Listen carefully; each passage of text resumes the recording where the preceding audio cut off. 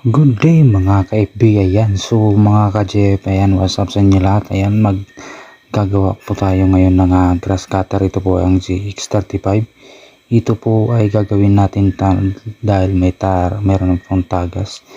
So i-repair natin ito at ibabalik sa dati.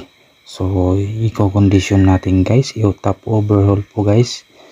Ayan guys, binabaklas ko guys yung mga tornilyo nyan. Ayan, para sa mga gustong magpagawa dyan ng grass cutter, i-PM nyo lang ako guys at ako naman bahala, at pwede po tayo mag home service.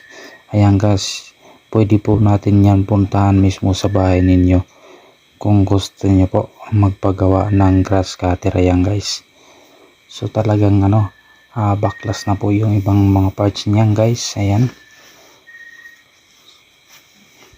Ayan guys, tuloy pa rin tayo ang paggawa kasi nga yung mga tools natin is handy, pang mano-mano lang yung ating pangbukas. Ayan guys,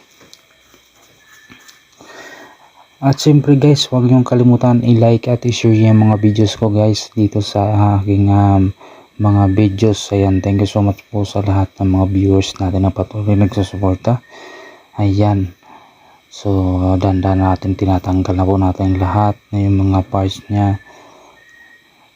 Ayan, ayan guys, yung ating mga binaklas galing sa grass cutter na yan. So ayan, so ito guys, binabalik na natin ito guys. Hindi ko na pinapakita lahat ng mga ginawa ko kasi nga masyadong mahaba yung videos kung gagawin natin yan, kung ibibideo natin lahat. So ayan nga guys, ito po ay home service po ito guys. So pinuntahan mismo natin ito sa bahay ng may-ari ng grass cutter na to guys. Ayan, so done, new project guys. Maraming salamat sa ating client na nagtiwala sa ating gawa, sa ating trabaho. Ayan guys, thank you so much po.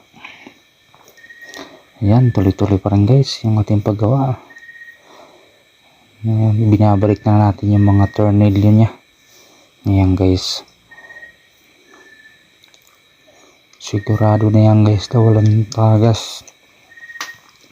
Ayan, dandaan natin pinambabalik.